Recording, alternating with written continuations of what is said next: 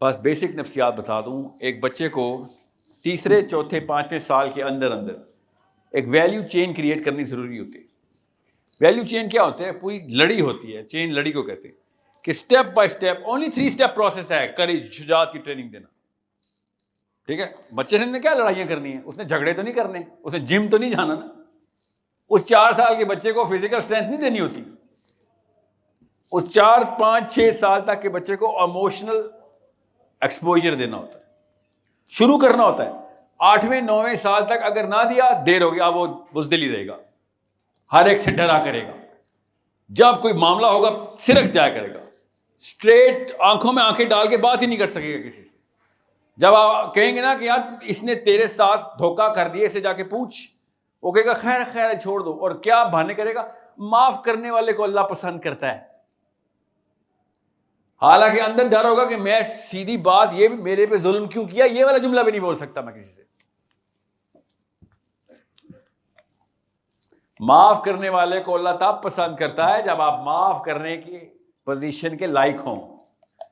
मैं जरदारी नवाज शरीफ को माफ करने की पोजीशन में नहीं हूं। मैं ये नहीं कहता या अल्लाह मैंने इन दोनों को माफ किया।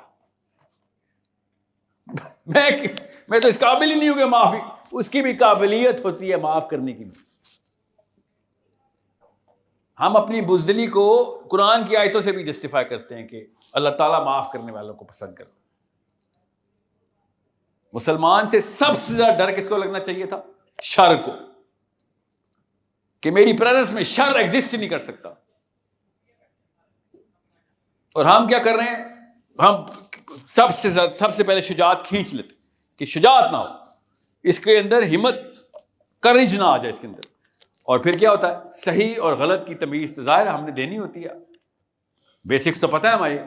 कोई घर ऐसा नहीं है जहां पे सच की तालीम ना हो, जहां पे रास्तबाजी की तालीम ना हो। आप माएँ, हम बाप सही और गलत की तमीज तो दे रहे होते, छोटी छोटी बात पे टोकते हैं, नोक पलक संवारते हैं, सही गलत का उसको पता चल जाता है।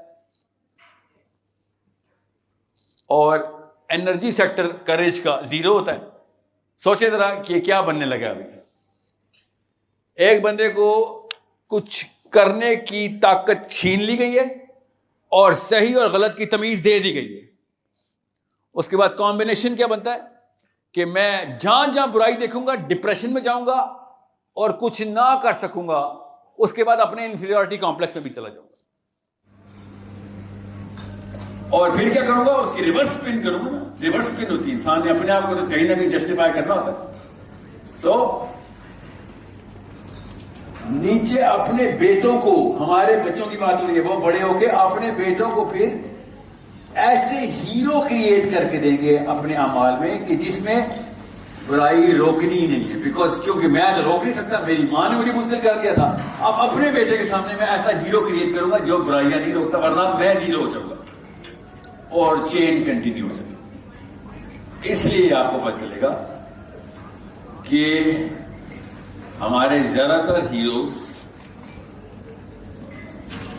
ऐसे एट्रीब्यूट रखते हैं जिसमें सब कुछ शामिल है, बुराई को हाथ से रोकना शामिल नहीं। एक्चुअली ये जुमला अब मायूब लगना शुरू हो गया है, हल्का हल्का सा अननेचुरल सा, कि बुराई हाथ से क्यों रोके? दिल में बुरा जानो ना पहले।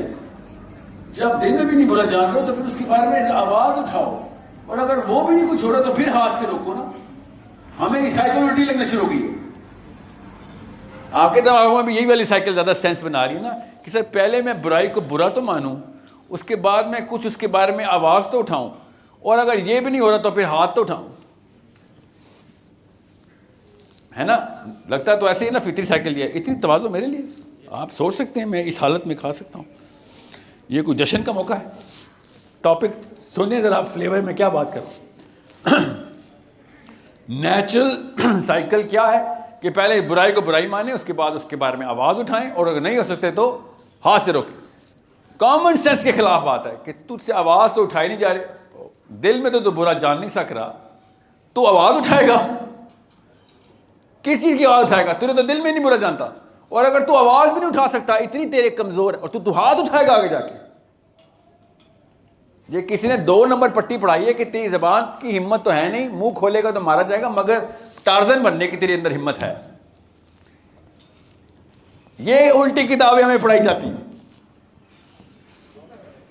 जिसको कोई बच्चा भी कह देगा कि अम्मी ये उल्टी बात क्यों कर रही है, एक चीज को मैं बुरा ही नहीं मानता, उसके खिलाफ बात क्यों करूं, और समझ ले मैं बात नहीं कर सकता, बुरा तो मानता हूं मगर हिम्मत नहीं बात, तो मैं वो वाली हिम्मत कहां से लाऊं?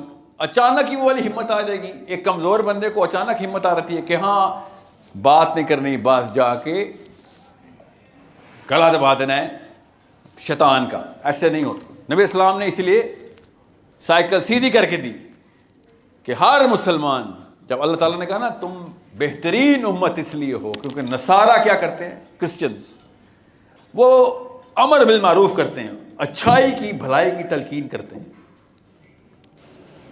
That is what the Christians are doing.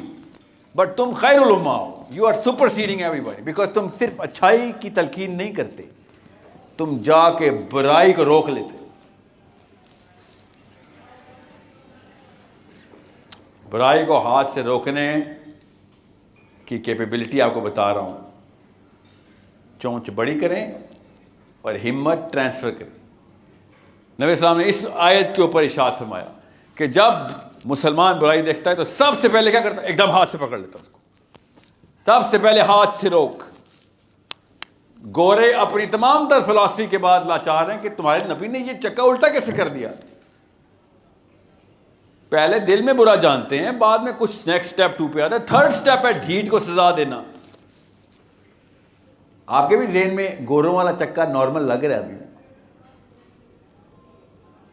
हमें इस्लाम में ये चक्का according to the western philosophy तो हमारा साइकिल उल्टी है कि पहले बुराई देखो, पहले हाथ से पकड़ लो।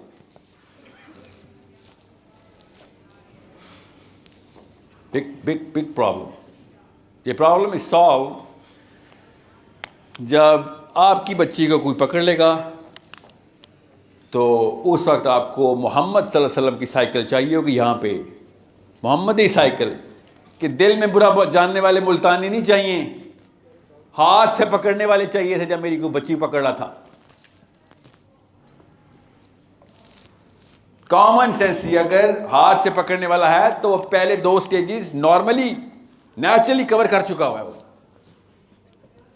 अगर दिल में ना बुरा जानता तो हाथ से पकड़ता जाके, अगर उसके अंदर बात करने की हिम्मत ना होती तो हाथ वाली हिम्मत कहां से लाई थी।